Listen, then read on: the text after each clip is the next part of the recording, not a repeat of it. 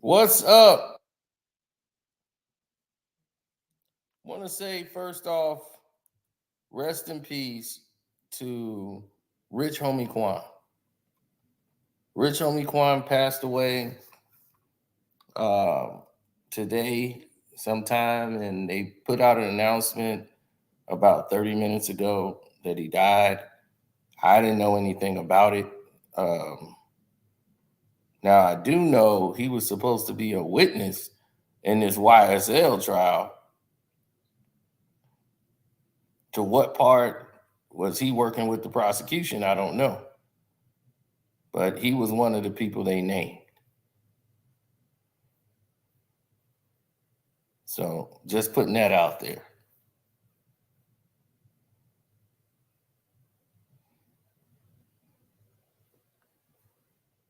So rest in peace to Rich Homie Quan. I don't know how he died. That hasn't been released. But I will get information on that.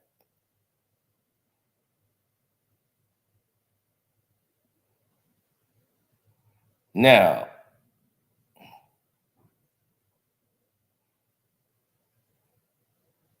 this is the video I promised to do yesterday, but we ran out of time. So now we're going to do it today. Now,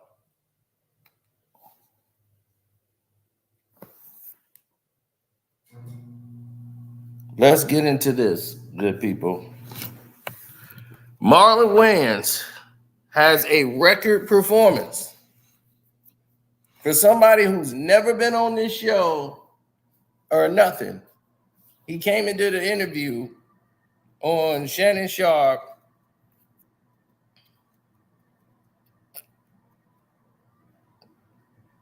platform, CLub Shay Shay.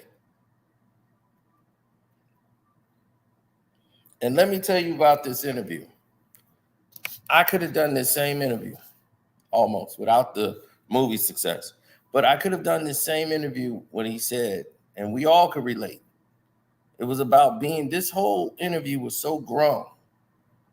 It was so grown, man, that you have to respect it. I could have done that same interview when he was talking about his mom and what he did for his mom and the way he felt about his parents, how his families taught them to be men. How they taught you and showed you, our families show you by example. And you went out into the world, you wanted to honor that. You didn't want to disappoint that. You didn't want to have to walk back in that house and feel the shame. So you made sure you weren't going to do nothing crazy. You didn't want to bring no embarrassment back to that household. That family structure, that family support, they didn't have not much growing up at all, but they had each other, all 10 of them. And they keep it a unit. It's a whole family. Like, we're going to get it together, but we're going to stay a family.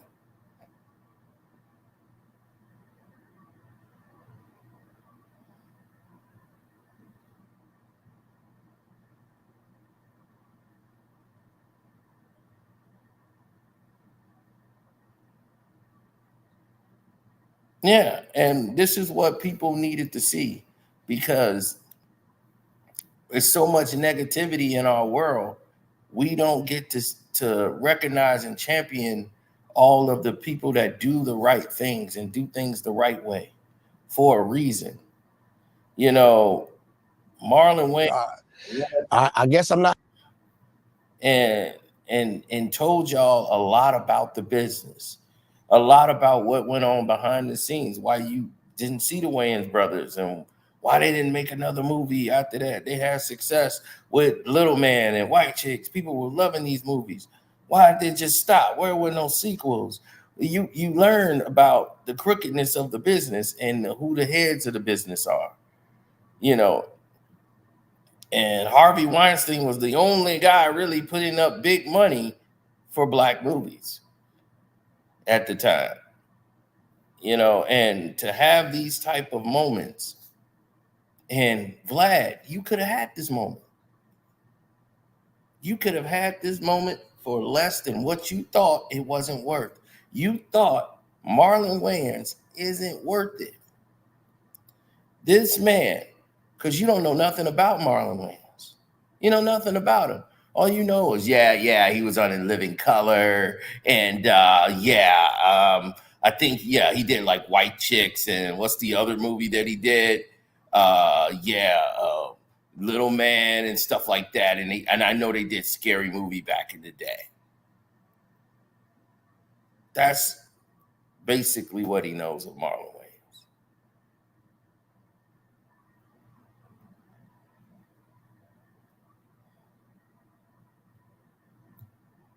But it was an important thing that he learned there. The same thing happened to me. Sometimes you have to let God take care of it. Don't retaliate. And that is the hardest thing to learn. Because the devil will put you in those situations. The devil will be like, he just did that to you. Don't you want to go get him? You know how to get him. You know you could just easily slide and do this and do that. Oh, you'll get him good. Then they'll know not to mess with you. Go get him. But what the devil ain't telling you is you gonna get that person. Then the people that gonna be mad that you got that person, they gonna come back to try to get you again. And that this time they brought more people. And this time you gonna be, when it's just said and done, you're gonna be sitting in the devil's lap. And he gonna be laughing. Man, what the hell would you listen to me for? And that's what happens to people. Sometimes you just have to get wise and say, it's not worth my time. Let God take care of it. God got this. I'm gonna sit back.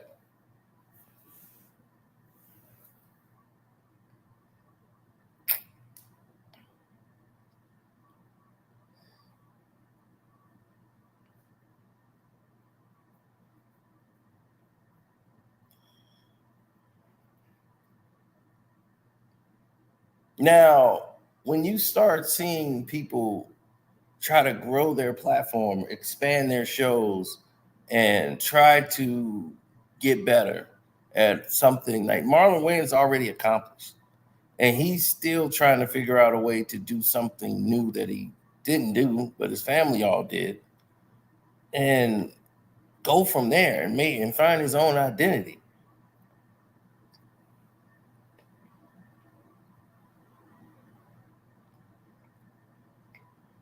And when Marlon said these type of words on the show, Vlad might have left all this interview on the editing room floor because he only wants something salacious. He thinks salacious is how you sell. Marlon Wayans just did that whole interview and did 1.4 million in a day. One day. It's already at 1.4 million. Vlad's going to try to say, oh, that's because he was beefing with me. Everybody thought, like, oh, we want to hear him talk about Vlad. So, no, Vlad, your people came over there to watch it too because of the people that watch you. You kept the Marlon Wayans thing going with other people who had nothing to do with Marlon Wayans. And with Tony Yayo incident, Tony Yayo has got a lot of attention and going viral because Tony Yayo is next to 50 Cent. And 50 Cent is a viral thing. So 50 Cent and Tony Yayo saying Yayo's about to quit doing interviews with you over Marlon Wayans. And it's got 50 Cent's name in it. And that went pretty much kind of viral that he was doing that. So this Marlon Wayans name for a week has been up there. And you were trying your sleazy way of getting attention and views and hits on Twitter and all this in your digital space. He exists in real time, real space. So that's good and fine and dandy like candy for you. But real people connect to real things that matter, like family, goals, morals. Those things matter to us. Like I said, I'm not an internet guy. I'm a guy that's just on the internet right now. But I'm out in the world. People see me everywhere. Y'all done seen it. I pull up in places. I'm in Houston. I'm all over the place. I'm not there to bring the drama. That's not my intentions. Anybody who's ever ran into me on the street know I've always shown love and respect.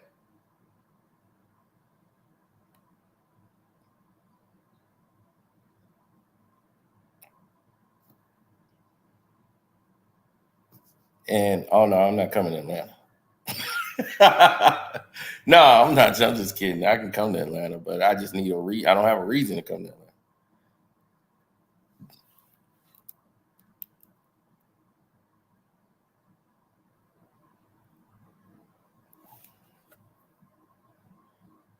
Vlad is punching the air.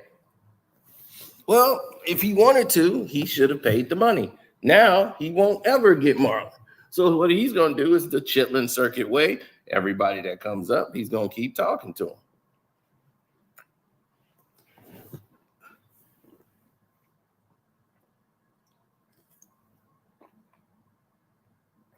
Hey, what do you think about this Marlon Wayans? Hey, Marlon Wayans just did an interview on CLub Shay Shay. What do you think about Marlon Wayans? That's his way of marketing. That's his way of promotion. That's his way of trying to keep himself connected to something because he's a sleazebag. Like he said, you don't show your face on your page. When you do your interview, Adam 22 sits there with him. Tell the people the truth. You be on a monitor. Certain people you will show up in the studio for. Other than that, you're on a monitor. And you sitting at home.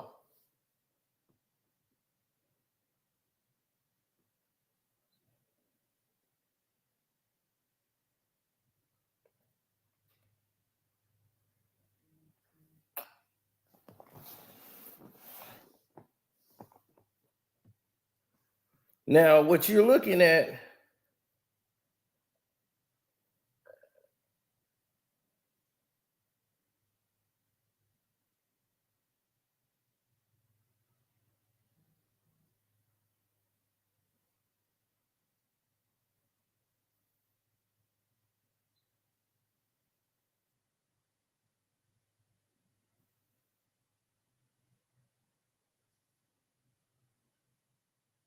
oh my God.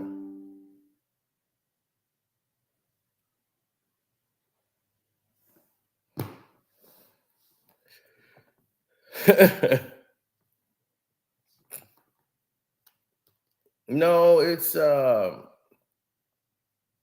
takes a lot, man. People don't understand that this business takes a lot of connections. It's all about who you know, but it's all about relationships. And this is why people don't even know there's people that won't deal with Vlad. Mariah Carey won't deal with Vlad TV. So a lot of people in this industry won't deal with him. Nas, Jay-Z. These people have a client base. You won't see Rihanna on there. You won't see any of these people come on Vlad TV. He doesn't have any white superstars come on there. He got mob snitches, adult film stars. You know, it's just all sleaze. So you know what he represents, and you know he doesn't stand on anything that's morally sound. This is why, I'm just like, okay, when I learned who this man was, I understood what he represented. He's just like the gutter. And this is like, why do we keep running to that? Marlon Wayans just showed you right now, his interview is past 2 million in less than, well, it's over a little bit over 24 hours. And it's at 2 million now. So you got to ask yourself the question, why are you putting yourself through this?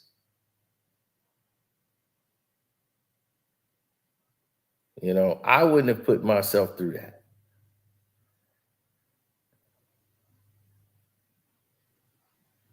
Nothing in the world would have put me through any of this. I would have said no, no, thank you. And by him leaking his asking price as if it was too much, he just knows his worth. And this goes all the way back to what he was saying in the interview with Shannon Sharp. Look, man, I know my worth. Don't get mad at a black man for knowing what he's worth.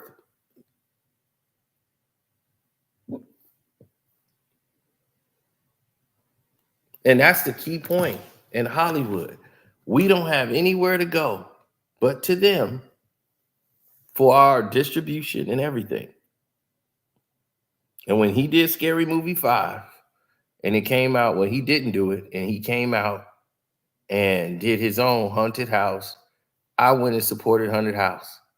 I didn't even watch Scary Movie 5. I said, oh no, I'm out. I ain't even watching that. They ain't getting my money. I already knew the situation. So I knew how ugly it was. And that they stole Scary Movie from them. So I wasn't going to support that.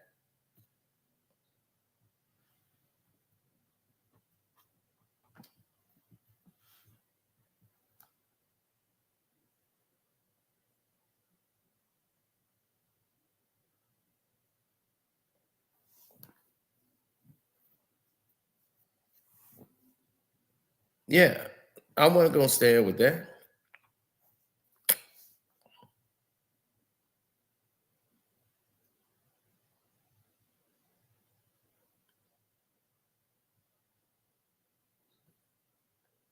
Why would I support and stand with that? That does not give you any inkling of how I make my approach, the whole nine. I don't carry myself in that way.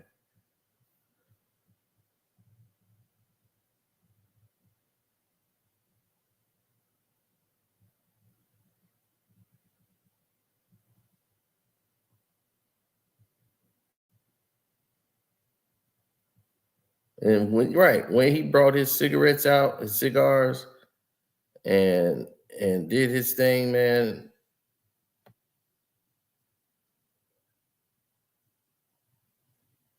Right. The one he said,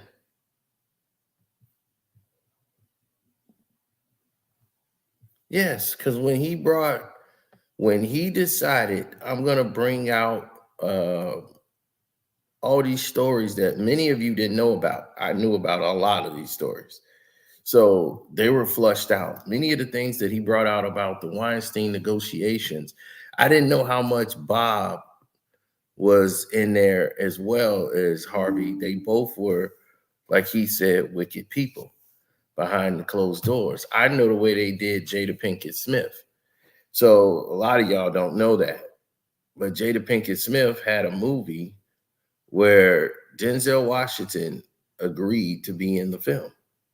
She had put together a movie, a treatment, a project, and she had gotten Denzel Washington to be in the movie and star in this project she had created. And she had other actors, but Denzel Washington agreed to do it.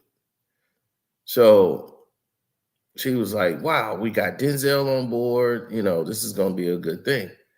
And she was the writer, the producer, everything. She went to the Weinstein Company for the budget money. And Harvey Weinstein told her that, oh, yeah, we'll get you the money, no problem. But we want, like Will's name attached to this. He said, whoa, we got the biggest actor in Hollywood agreeing to do this, Denzel Washington. Well, he's the biggest actor in Hollywood as far as urban. That's just another way of saying black, but it's like, no, he's not. He's leader in box office. Well, that's only because Tom Cruise hadn't made a movie. What Tom Cruise and Clooney makes a movie or something, then, he goes back down to number 2. So but that's not neither here nor there. It doesn't mean it's going to take off. If he does an indie or a smaller project, the movie's going to be a blockbuster. But we get this great thing if you got Will Smith name attached to it.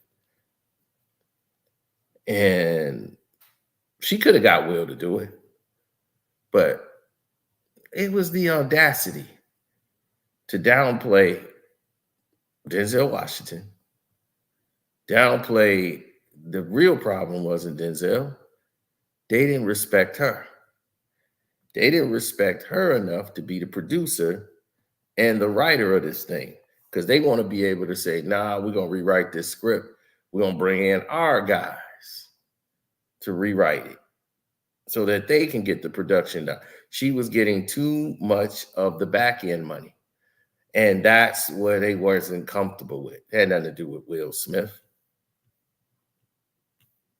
See, it's a dirty game that they play in these streets with politics and everything else.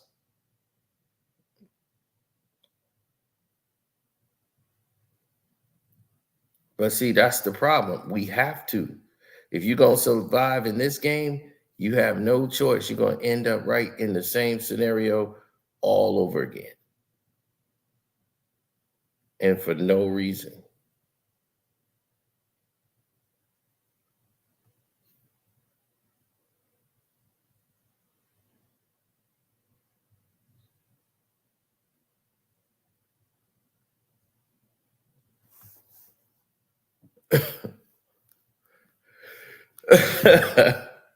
Nah, that's unrealistic. Because when you're really involved in something and you're really doing it and it's coming from the hip, it's coming hard, you're vested. And Marlon and what they put together is like, why when blacks make a movie, it's a success and it works, you want to pay them less money on the sequel? It doesn't make sense. So like he said, we did this and then this on the back end for the sequel, great.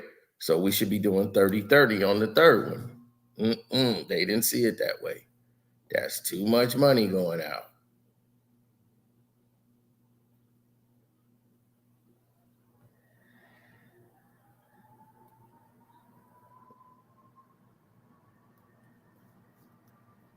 They're always going to put the value of the back end over everything else. You see, and that's a problem in itself.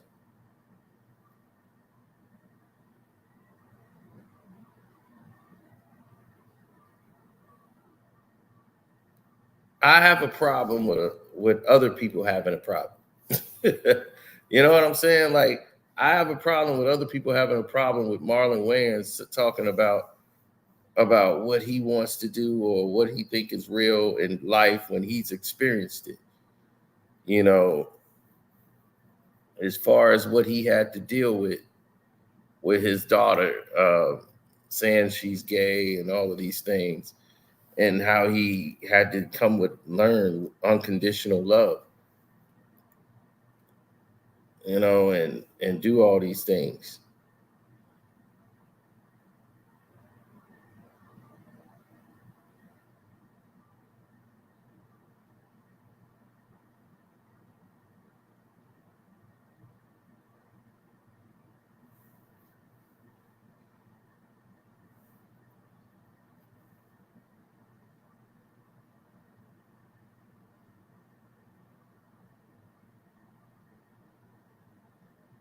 He probably wouldn't have been able to have these type of moments.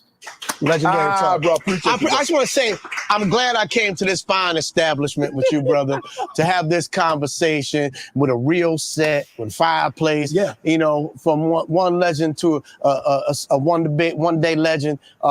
It's good to sit down with people I respect, man. And my man, I love sitting down with you. Yes, sir. Get my cigar. You tried to take them back. I sure did. Damn, got me. Give me my damn liquor.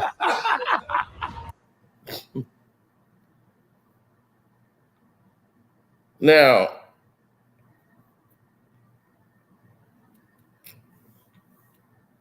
that was a shot at Vlad. The very end, that was a shot at him. I'd rather sit down with people I respect. I'd rather sit down with people I respect. And this one, I'm like, have fun. Have fun in life. You want to, hey man, I ain't got to be nothing. Whatever y'all want, I just got to be a father. and I gotta love you. And I hope I'm an example, and I hope you feel love. But I want you to be happy. Catch Marlon on his Wild Child tour right now. Tickets are on sale at marlonwayansofficial.com. Watch his 4th stand-up special, Good Grief, on Prime Video. Marlon Wayans. My man. Legendary talk. Bro, appreciate I just want to say, I'm glad I came to this fine establishment with you, brother, to have this conversation with a real set, with fireplace. Yeah. You know, from one legend to a one day legend. It's good to sit down with people I respect, man. And my man, I love it. You see what that is? You see what that is? That's saying we don't need y'all mother.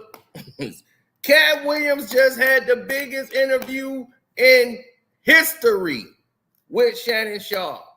2 black people. There was nobody white shown on the screen. I'm just saying, we can do things on our own.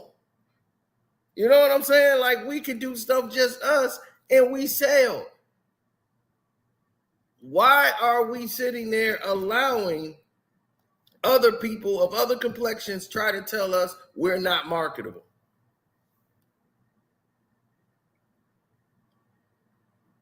That's what I have a problem with. How are they going to be able to say that to us when we show we're marketable? They know we are influenceable. Like, everything we do, other cultures want to follow. Japan, Mexicans, white people, any other race you can think of. They want to know what we're doing. We don't even have to have a rap album or no album. We walk outside, have one leg up, one leg down, crease, the way we wore our hat, how we tilted the brim. We might wear it inside out, wear it this way, just to be different. And somebody see that, next thing you know, they pick up on it, and now it's the new style. That's what it's about. We are the most creative people in the world. Other people, they don't have that. So they know, they said, man, we good at capitalizing off of it. So we just gotta give them some money so we can just have them keep creating things. That's what Jay-Z does. Jay-Z, it ain't really about color. Jay-Z is not creative at all. He can't create anything. He knows that. He knows, like, I don't have a creative bone in my body, but I'm talented at rapping. So somebody else got an idea. Please tell it to me so I can go on and use it. And that's exactly what he does. He saw Kanye. He said, let's get this guy around me. He's got a lot of ideas, and I can make billions of dollars off of it.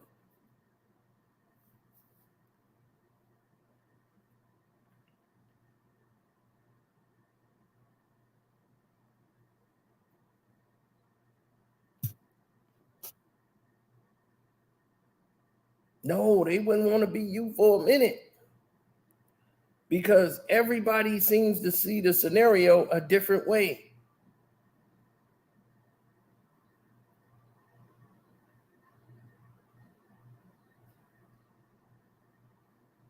Everybody sees scenarios a different way. They move in different tropes.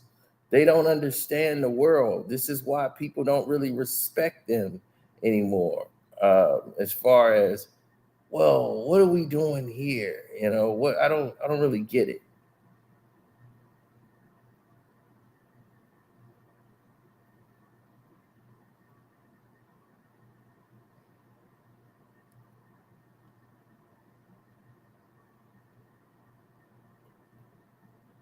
Well, I've seen it on both sides. I've seen people out here in the suburbs get influenced a lot by Black culture, because more and more Black people start moving out here in 1996. They start approving Section 8. Section 8 was never accepted out here. And then in 1996, they found a bill, signed a bill that said that they were approving Section 8 in the suburbs.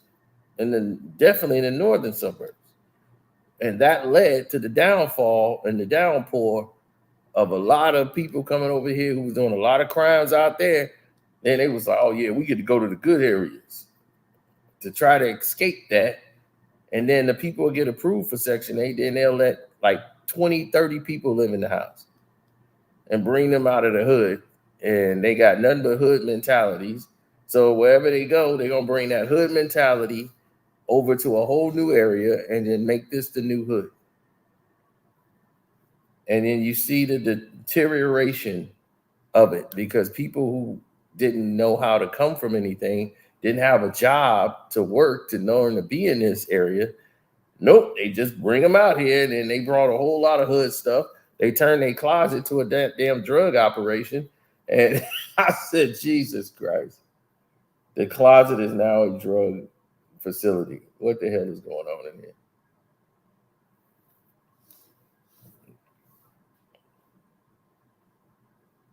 And it just got crazy. It happened everywhere. That's what happened to Evanston, E-Town. E-Town got, Evanston turned to E-Town, and then E-Town just went crazy. You know, and they brought a lot of them crazies out here because Evanston ain't that far from here.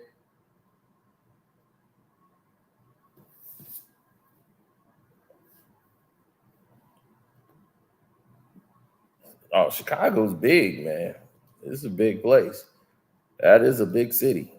It ain't the second biggest city in the world for nothing.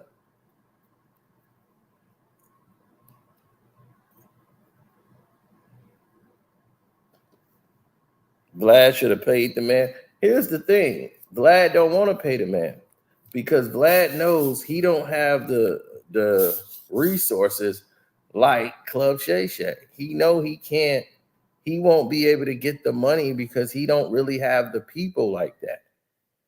This is why he tried to, this was a whole slap in the face by Shannon Sharp and Marlon Wayans. Shannon Sharp ain't never had to respond to Vlad and him talking about, oh, he's faking the numbers. He ain't getting the money he's saying he getting. Then he want to come out and, oh, I apologize. It's like, no, nobody, we're tired of the game. You know, he keeps running this stick every time, trying to play this game just to keep himself in the headlines because the stupid people that follow him will pay attention to it over and over again on Twitter, what have you.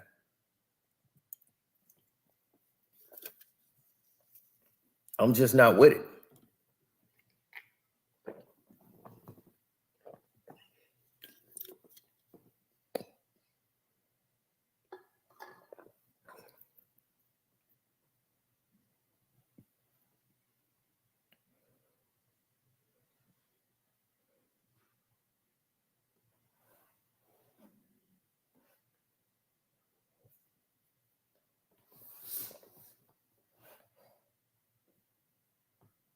Well, my thing is, if you're really pushing that narrative and you're really going there, it's almost inconsiderate, some of the things that they're doing. Like, Vlad is really just horrible at how he distributes his videos. It's really bad. Sometimes he has good interviews, but it all depends on who's on his platform. And all this disrespect of Shannon Sharp's platform, now you get to see Shannon Sharp's platform is worth a lot more than you because it doesn't attach itself to you. It doesn't even respond to you. It doesn't need to. You need to attach yourself to that because you have no identity of your own. He was like, people tune in to see me. I had more people on the Breakfast Club than Marlon Wayans had when he was on the Breakfast Club. Marlon Wayans is more relevant. He's on the Breakfast Club because it's going to service him better. If he goes on DJ Vlad and say, yo, I'm going to be at this comedy place at blah, blah, blah, who's going to see that? People on the internet, they're going to say, oh, man, and they're going to be in the chat saying, I'm going, I'm going, I'm going, I'm going. None of them are going. Damn near none of those people are showing up Because 9 times out of 10, the majority of those people that's in the chat are bots. Then, secondly, those people are mostly kids that's going somewhere or whatever, and they'll say, "Oh, I'm going. Oh my God, yes, I'm going." Then they'll see something else on YouTube or Twitter. Ooh, wow. And then they'll forget all about the interview. They'll forget about everything that went down. This is connected to real people in real life who see people that move in real life. Say, who? Okay, hey, that's a person right there. Vlad is somebody like a hermit who stays in the house, with that little dead rat on his damn head, that everybody saw you and knew you was bald, and you think this dead rat is making you look younger for what? You done got a dead rat on your head. You done dyed this damn beard on your damn face. But we all know what you looked like.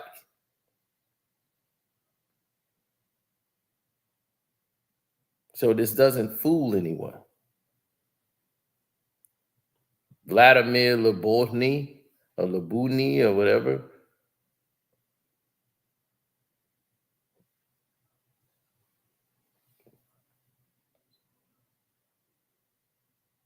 You got your money from suing Rick Ross. Rick Ross wasn't even Rick that hit you. Somebody from his crew beat you up. And man, I'm like, that was probably the highlight of the day because I'm like, that was a great thing that they chose to do that, in my opinion. But you interview people like academics. What does he doesn't bring any value to nothing you do.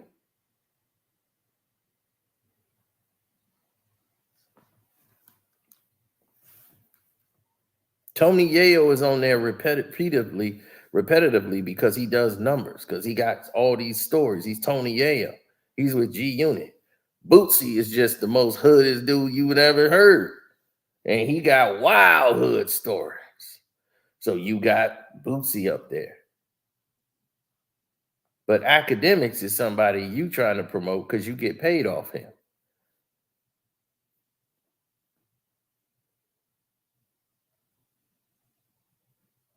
So I get it. Ari Spears, well, he's broke. D.L. Hewley is just a rat. He's a no good, no moral, no character, just a piece of slime. So he deserves to be up there with you.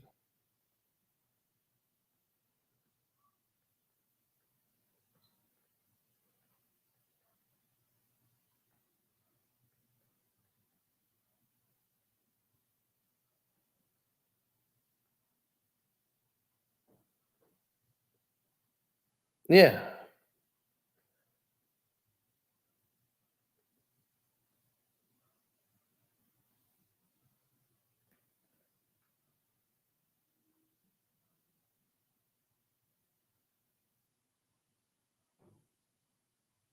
Well, when you're in a situation, and you want to interview Mano, you're not one talking about what Mano's doing now. You interview Mano to talk about, hey man, we had Hitmaker on here one too long ago, and he denied that you slapped him. It's like, really? That what we going back to 20 years ago? When High Hater was out? We got to go back there?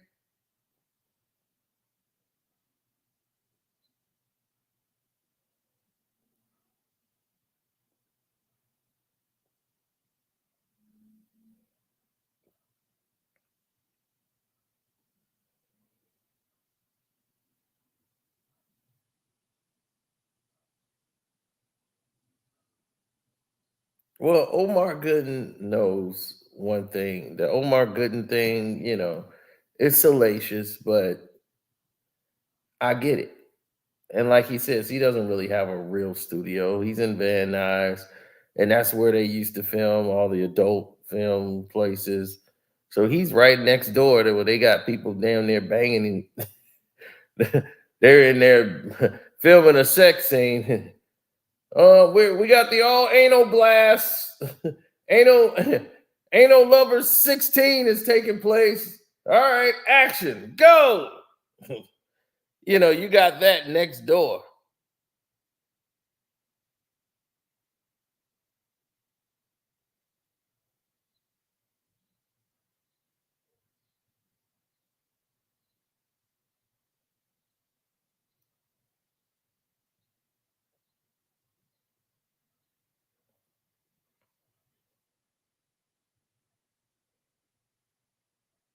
I never wanted to go back and forth right there, but now Vlad is going to get the publicity he didn't want. Well, they say all publicity is good publicity. So they're going to attach this to Vlad because it's like, oh, this is the biggest insult.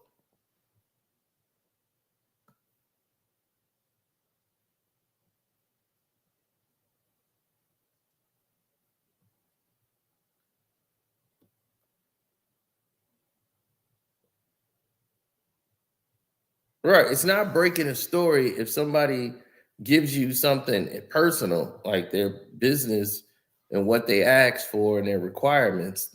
Most of that is private. When you put that public and expose the business to the people, like sometimes, like Vlad get upset, and he would get upset if somebody went public and told them what Vlad is paying them. That should be confidential because somebody else is going to try to outprice themselves, and it's going to be making harder for him to buy people to come on the show. When he used to say, no, I don't pay people. I don't buy interviews. But as you can see, he buys interviews.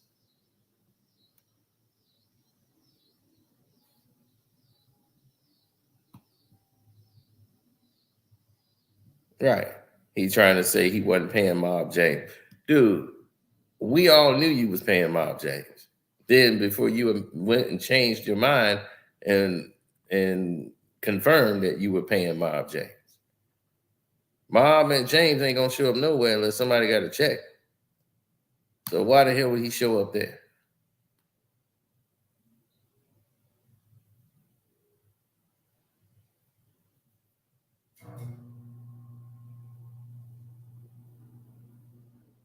If somebody gives their price and that's their price, that is what it is.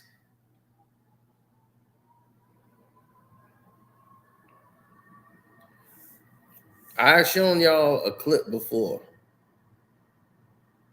where these people were trying to get me to, we had a meeting and they were trying to get, these people to sponsor, what it is that I do and go ahead on a channel that I have. And, they want to basically like, we'll run things. All you got to do is create the content and we'll do this. And they had all these sports things that they wanted to do, create like a sports podcast show. So the moral of that story comes to the forefront is when it came to like who we wanted to work with, Underdog Fantasy, where Gilbert Arenas is, I said, I don't know if I want to work with them. And at that time, it was a no. It was a hard no because they had somebody there that they was working for them that I didn't approve of. And it wasn't Gil. It was like one of his people that he brought on. I don't want to have a situation when I'm in the room with one of them or I'm in the room with him and I'm not going to like that person. So things might happen with that person and that's going to create a situation that I don't think Underdog is ready for. And I'm told them and the approach that I was glad these people were interested in having somebody from the internet around people that's with professional athletes or former professional athletes. But like I said, I do a show. It's going to make people uncomfortable. And it might violate a lot of positions that they're in. something like that, then you let me know. But if people ain't ready to be uncomfortable, don't ask me to do it. Because if I go in on LeBron James, I don't want nobody telling me I can't. You understand? That was the main point. If I'm going in on LeBron off something LeBron did, I don't want nobody tapping me on the shoulder, some studio executives or somebody up top saying, well, we can't talk about LeBron. I'll be, oh, the hell I won't. That's not going to be a situation I'm going to be comfortable with.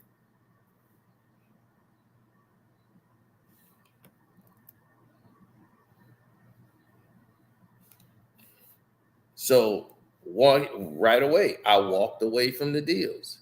I walked away from all these deals that they had on the table because they said this guy is going to get crazy. Well, this guy, we don't know if he's going to get. Now, I could have just said, okay, all right, sure, all right, love the opportunity. Come on down, sign me up. And they signed up another brother. They got another black guy. He does his sports things, and he's got a great setup where his little digital thing go. I forgot his name, but shouts out to that brother. He's doing his thing, and he signed with, ended up signing with Underdog Fantasy. So he took the deal and the opportunity where I said no. So they went and rolled over to him. And it fits him. You know, he only talks sports. He only talks like what's going on. He got a little ticker that goes up and down. So he does his thing. But I'm not going to be part of that network, and you're not going to put me in that bubble. And those situations are, you know, I have hard stances on everything.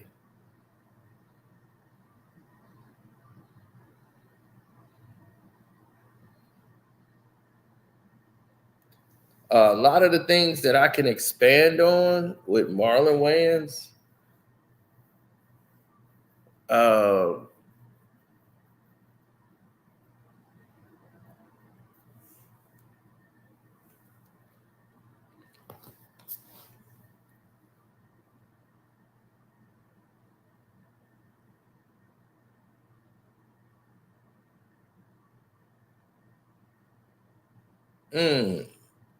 no. No, Marlon was the wild one, like the wild guy out of the group.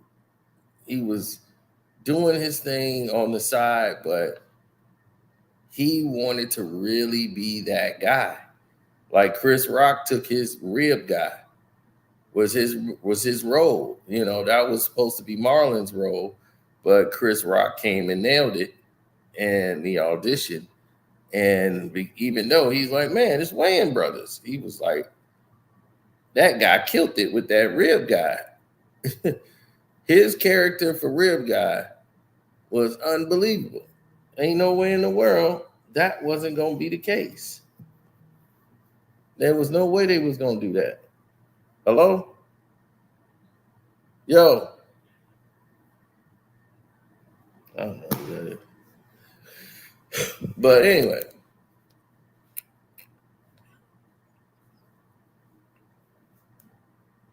Now, that was a skit Chris Rock had wrote, and he had done that skit so many times.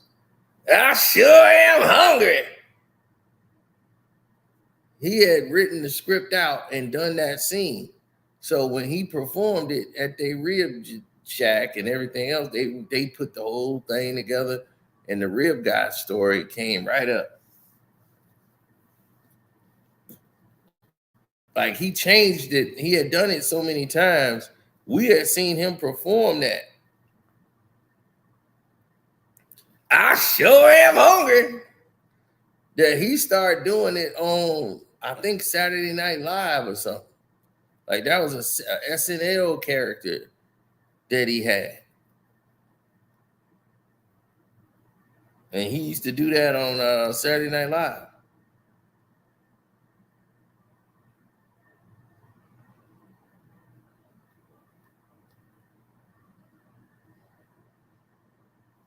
Oh, it was iconic. So Marlon Wayans couldn't get he couldn't get the role, and Chris Rock actually stole his girl too. He had this beautiful girl he met. She was on the set. She was one of the girls that was on the set. He met her, and Marlon like, all right, I got this girl, and he being all romantic and all this stuff. And she was like, boy, you're a little too young for me and all that. And she was older, but she was like, all right, I'm going to give you my number.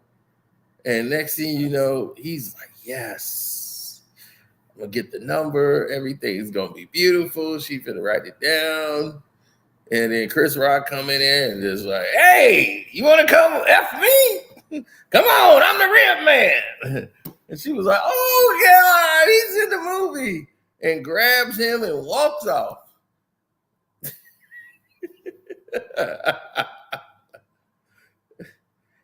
And Rock had Jerry curl juice flying everywhere, and she went on off to go and sleep with Chris Rock. Rib man.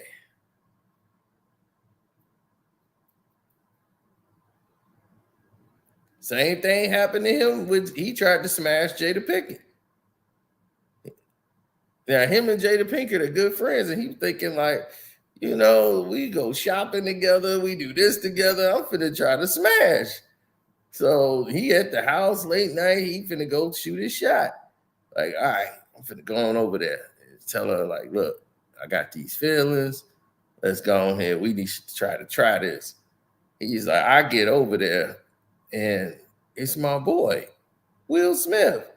He's like, he's on the couch making out with her. Hey, it's Marlon. What's up, Marlon?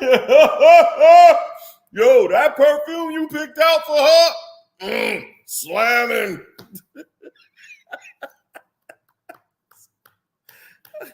Man, I was all on her neck. I was on her neck nibbling. Like, man, that smells crazy. You was right, Marlon. That was it. You going in the kitchen? Yeah. Man, he was like, oh, man. And he's like, then Chris Rock ended up slapping Will Smith. Both these guys then took my women.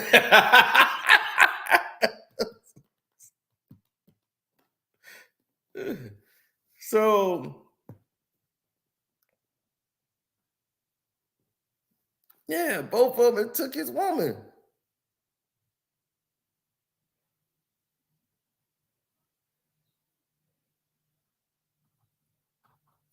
Yeah. If it wasn't for Marlon's mother, she the one told what's his name to cast, because they were trying to land to play the brother. They wanted Kadeem Hardison to play it. And man, they was like, Damon, just get your brother. Marlon can play this role. Damon was like, well, I don't know if he's not serious enough to play this role. And it's like, this role, like, put your brother in there. Put Marlon in there and stop being stupid. Put Marlon in there. I'll do a test with Marlon and I'll bring him in for a test. So he didn't want to put Marlon in there. He wanted Kadeem Hardison to play the role. He was like, I could get the guy from Different World that's going to sell the movie. It's Kadeem Hardison. Dwayne Wayne. So that's what he was looking for. So when you see oh,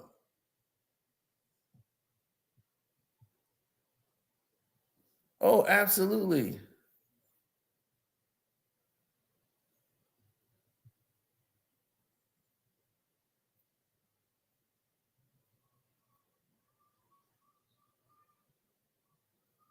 Kadeem Hardison was doing that, and he wanted to play that role on More Money so bad. like Damon wanted him, but then Marlon came in for the test and crushed it.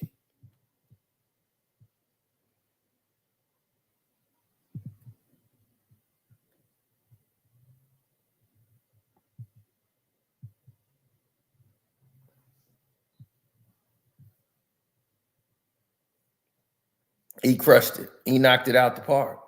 So there was nothing he couldn't do. That's what I keep trying to tell y'all. That's what I be telling y'all, man. Y'all be knowing what's up. Kadeem Hardison and Damon Wayans was in I'm Gonna Get You Sucker. When he was Dwayne Wayne. And he was like, people want to see that.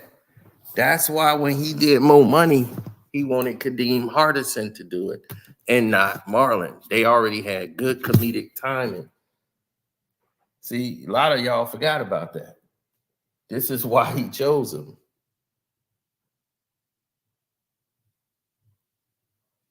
They had great comedic timing.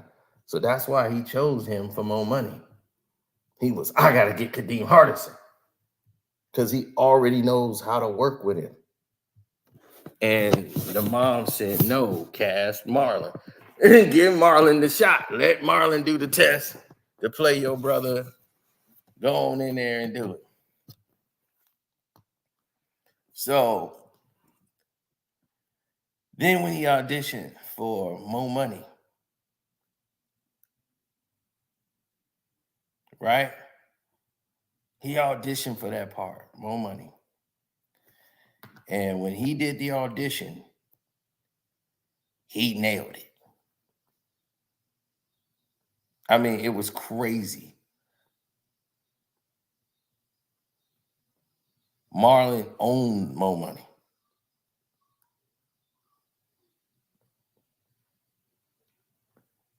He got a chance to do the thing that Damon Wayans talked about all the time.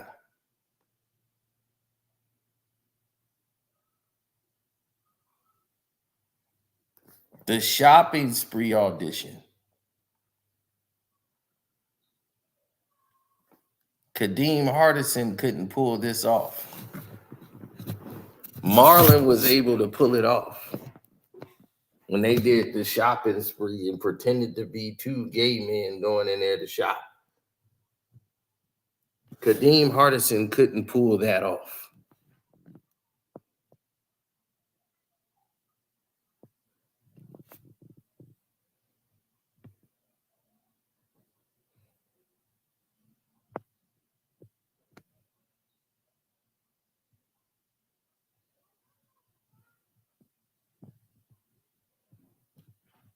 And it was what it was needed. It's what the movie needed. Kadeem Hardison and Damon Wayans are about the same age. You know?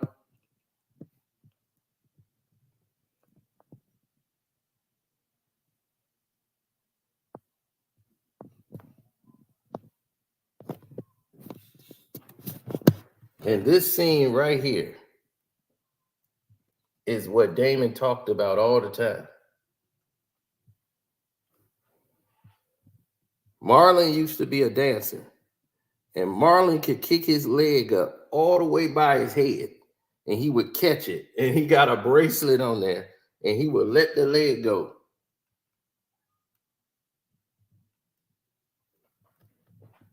You see how he caught his leg way up there by his neck? That's what Marlon used to do when he danced.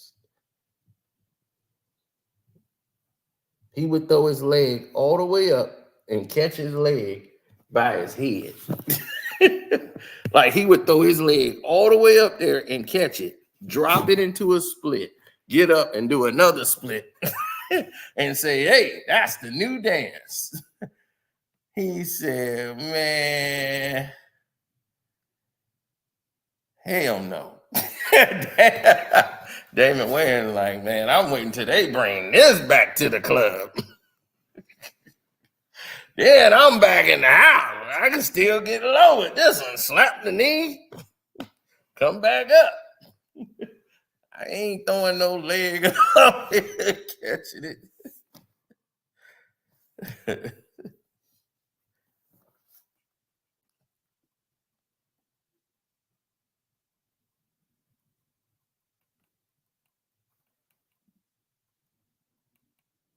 No, but it needed to be that because Marlon represented the younger generation. You needed a younger brother, somebody more connected with the hip hop culture and everything.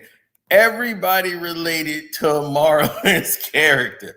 He owned more money. You needed that younger brother.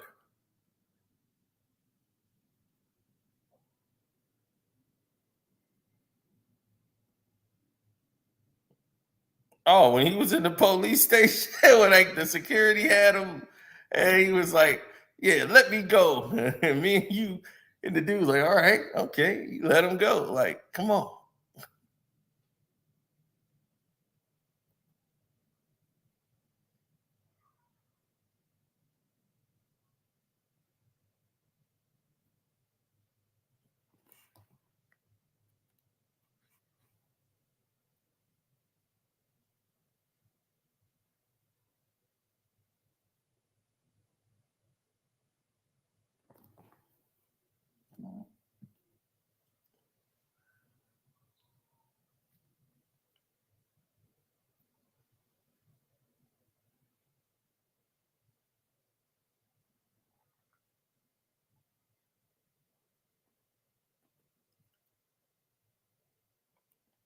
Well, when you start thinking fashion and you start thinking culture, Damon was more cultured and more to the modern fashion with these weird hats that he would wear, or where he did stand up and everything else. And it's gotten to the point where,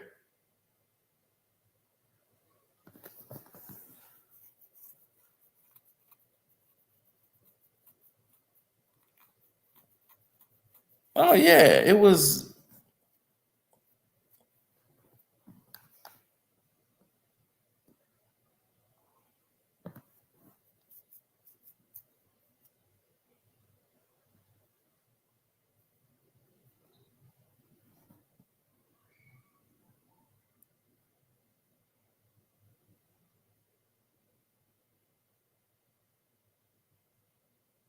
No, no, it was never it was never a situation the way you're thinking it. You're overthinking it. A lot of writing goes into a lot of movies. Like people get to write their scenes. Like, okay, this is a scene where this person does this. Like he broke it down with the Nutty Professor. How he was supposed to be in that movie, and he missed that opportunity, and Dave Chappelle ended up getting that role because that role was going to go to Marlon, and he had written a character, and the character they wanted him in the movie, but Keenan got in the way. Well, how are you gonna? Yeah, you can be funny in Eddie Murphy's movie or be funny in your own movie. Which one you want to do? Can't do both. That's Keenan. Keenan and Eddie kind of had a falling out. So for a while, it was like Keenan didn't really deal with them. Him and Arsenio, because Arsenio Hall had a falling out and Eddie was in the middle. So Eddie was like, well, I'm going to ride with Arsenio. So that's when he was like, all right, well, I ain't part of your group no more. So now they over here.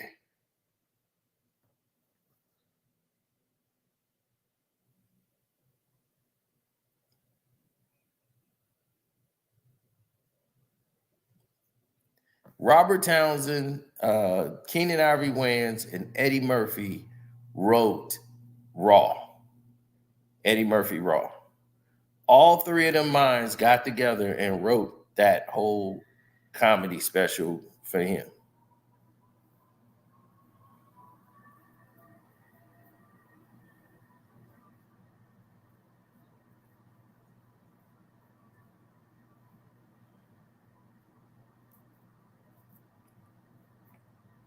how much of Raw was Eddie Murphy? Was his when he started talking about his father and everything there? That's all Eddie Murphy. When he started talking about Lillian and Vernon and all of that,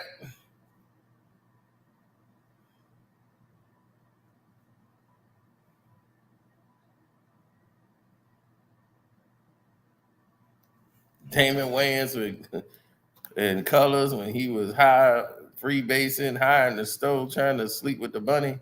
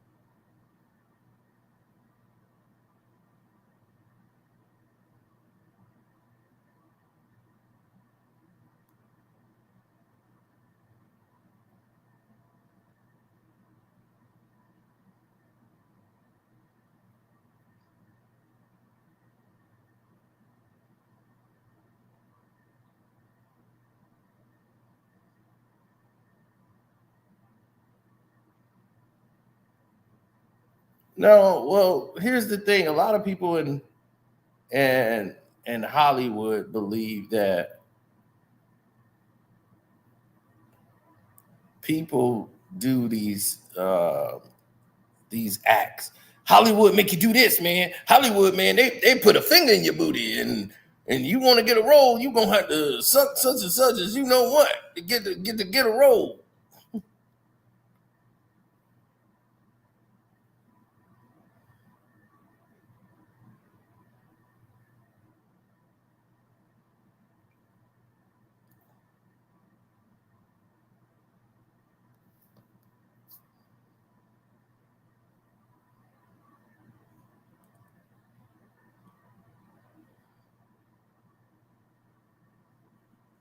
Mm-hmm.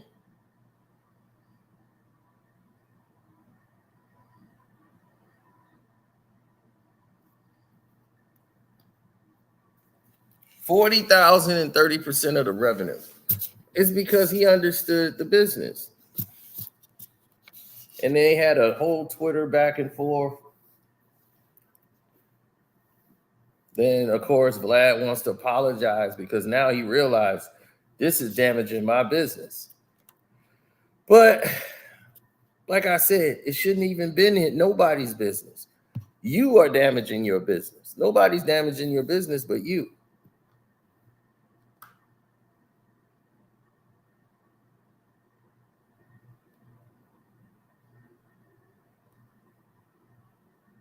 And that interview had nothing to do with, I'm finna talk about Vlad. Like, who is he? You know, that's how he did it. Like, who is he?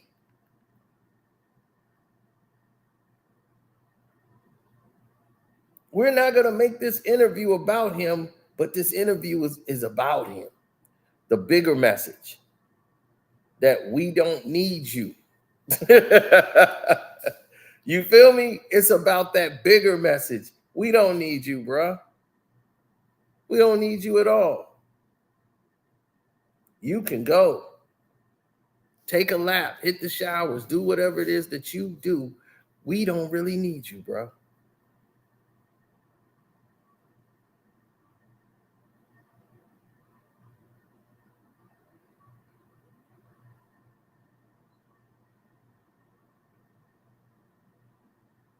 You wanted to give us a good look, good opportunity. That's fine. We appreciate it. But don't get it twisted.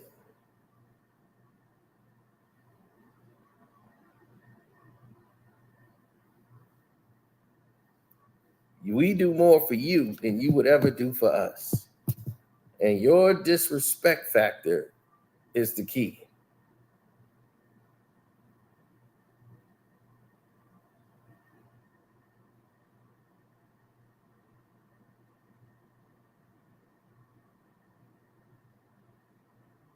Now let's see if $40,000 and 30% is worth it.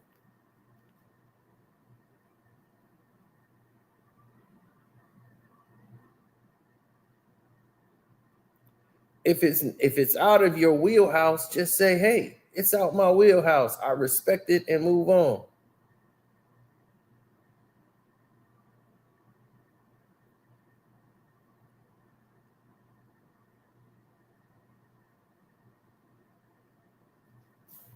Right.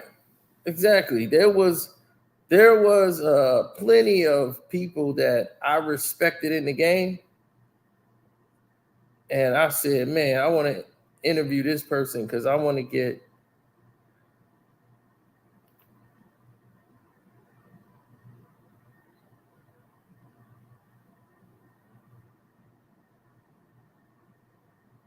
right. I wanted to see what was what, you know.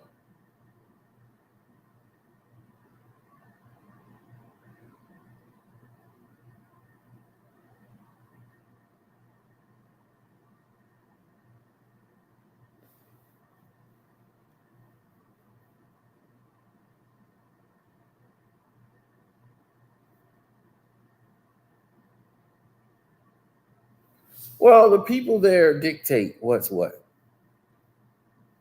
And when they stop dictating, people stop reacting.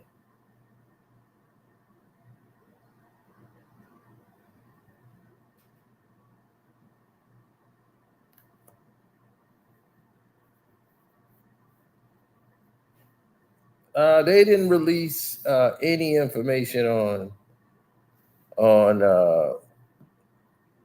that situation.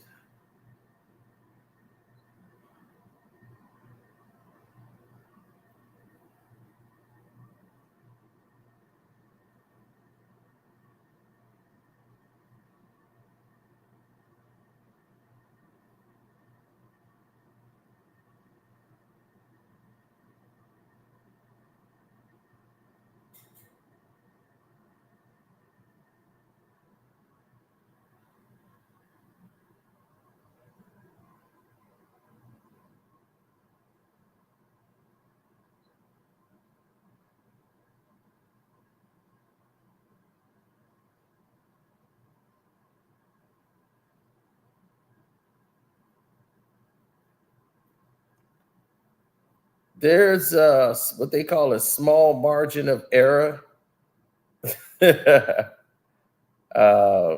So yeah, it's a small margin of error. But DJ Vlad is not important, y'all. He's not.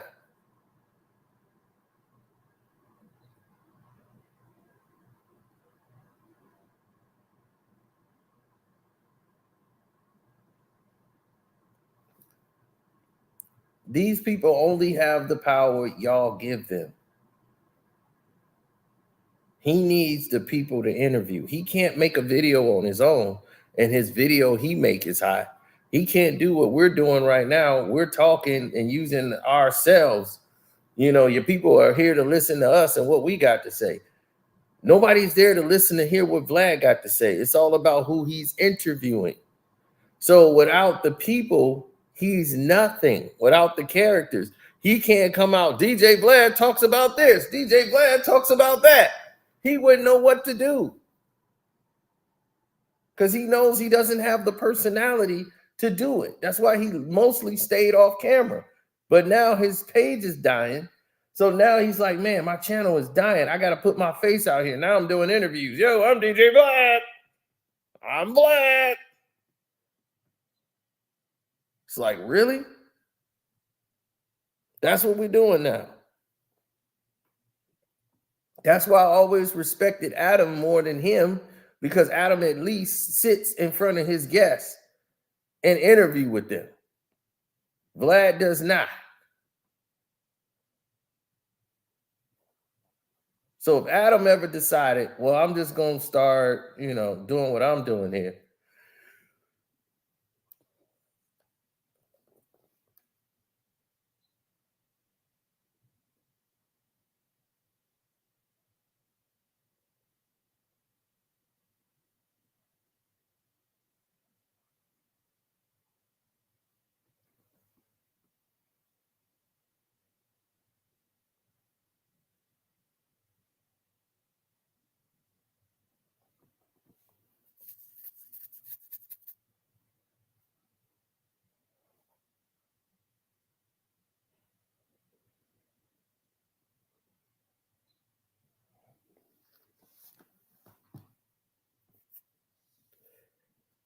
No. That's the producers had something. You said the producers had one of the guests deleted.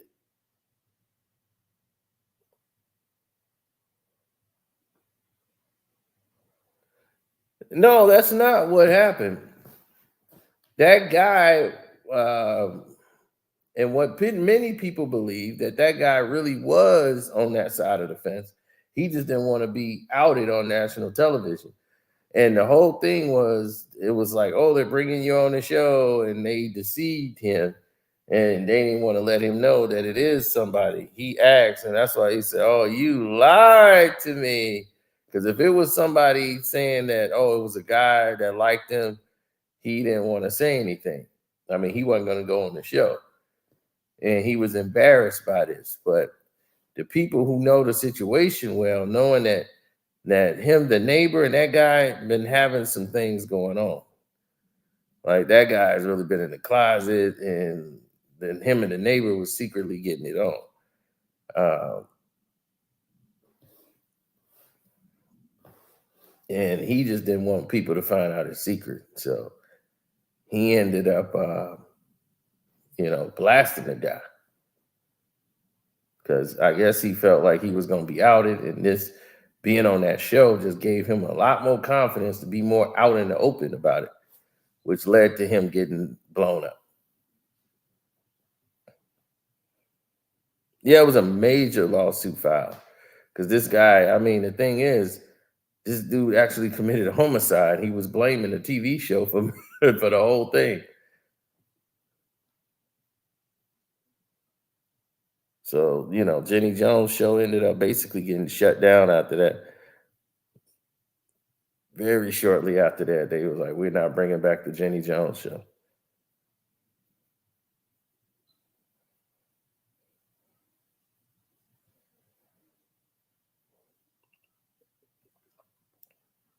Absolutely.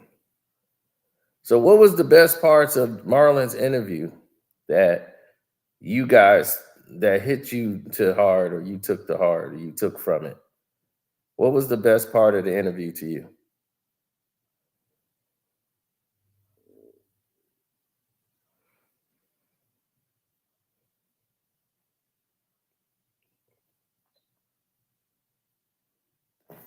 I love that family foundation part because it related so much to me that I had no choice but to honor it, because that's exactly how I felt.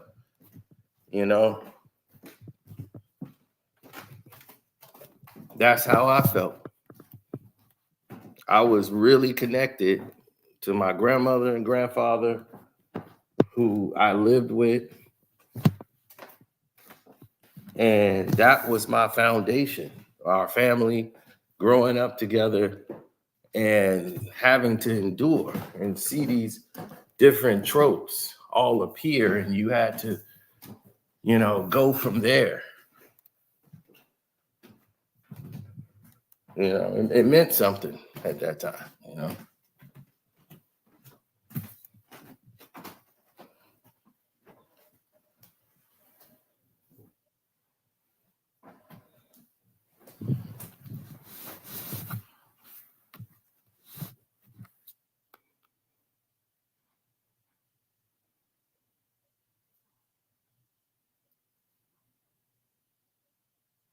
Well, when you come from nothing together, it's very easy to say, hey, it's us against the world, bro.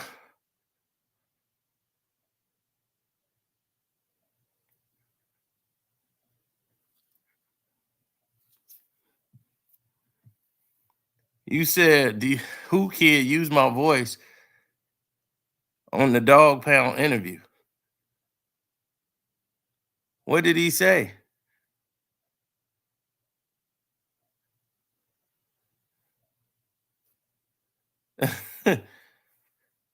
What did he say?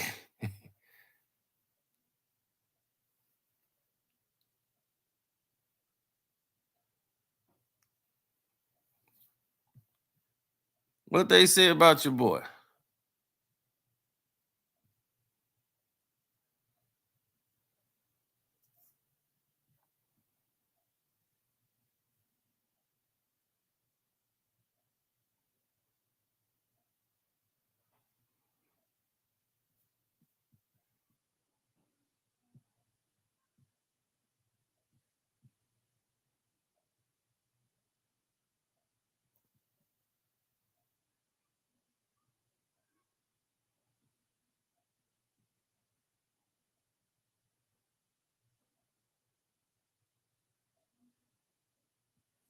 It's a soundbite for his soundboard. I heard it. I mean, what did I say about corrupt that he put in there?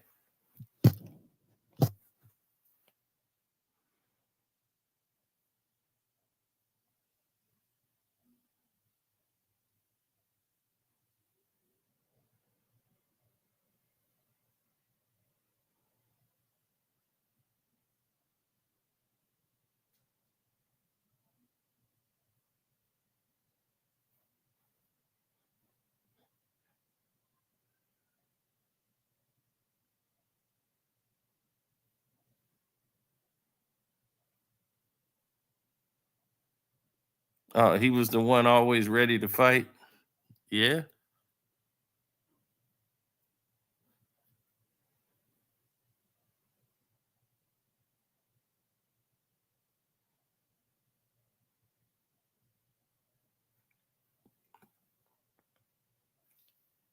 Shouts out to DJ Who Kid. Nice clip up on the soundbite, brother.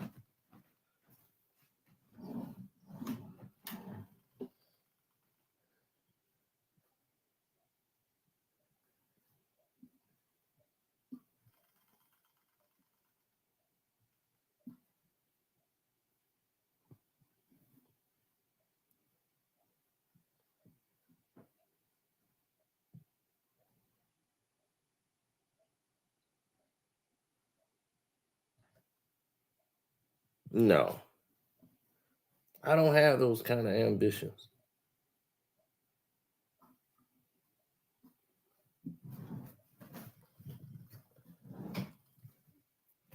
I like the fact that he didn't accept any low offer they tried to slide in front of him.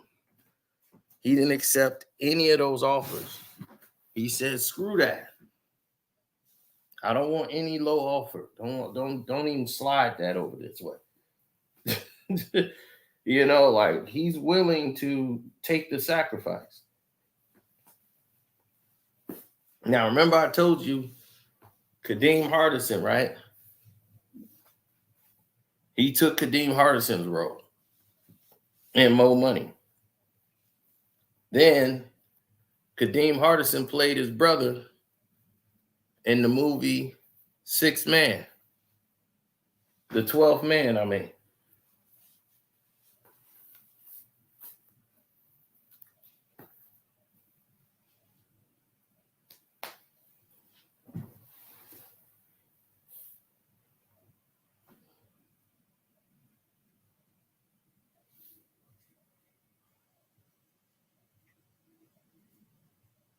Oh, yes, sir.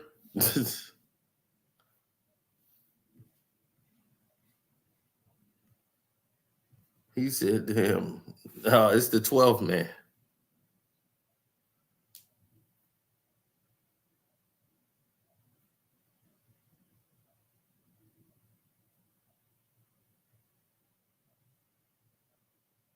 He said, "I was right the first time, the 6th Man." Okay, right. All right. Yeah, okay, cool. I was right. It's the 6th Man.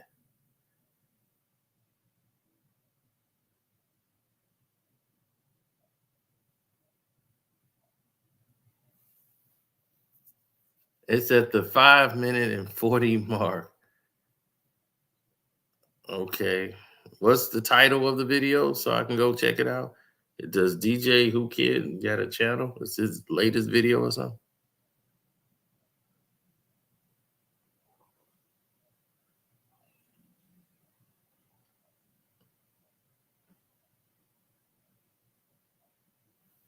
Mm-hmm. So anyway, yeah, it's a lot of things, man. My cousin auditioned for the Wayans Brothers movie. They had a treatment to be on the Wayans Brothers show. They were on the same lot. So my cousin auditioned to be a guest character on the show. He didn't get it. But he tried.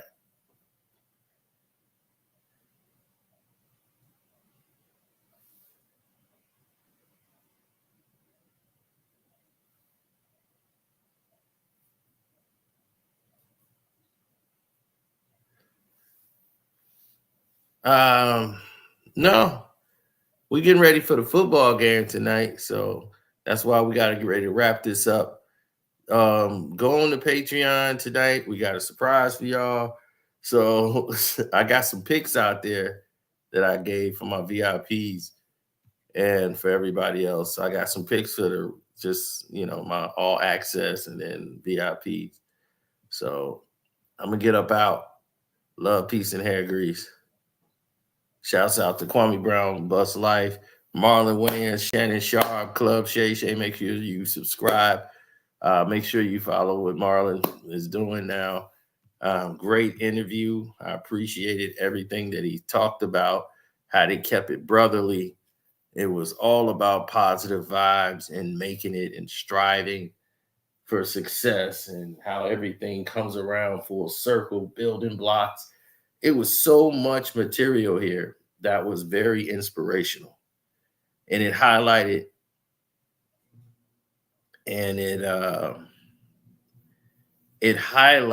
a situation that didn't need to be. Like it really highlighted this Vlad, who's basically a parasitic germ who wants to connect himself to this. But what happened here was bigger than what's imagined.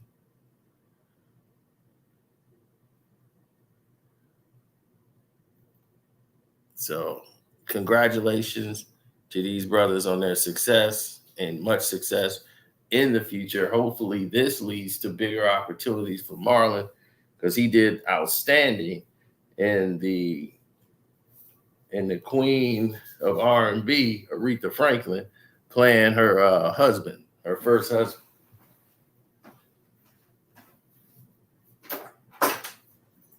He nailed that part to the T. For anybody who didn't think he could do drama, he did a great job illustrating that he can do drama. So definitely check that out. Subscribe to my Patreon, which is Carcino for Life. You don't want to miss out on that. We got some great stories coming up on the Carcino for Life Patreon. And I'm trying to tell y'all now, you don't want to miss this, because believe me, it's crazy. It's crazy.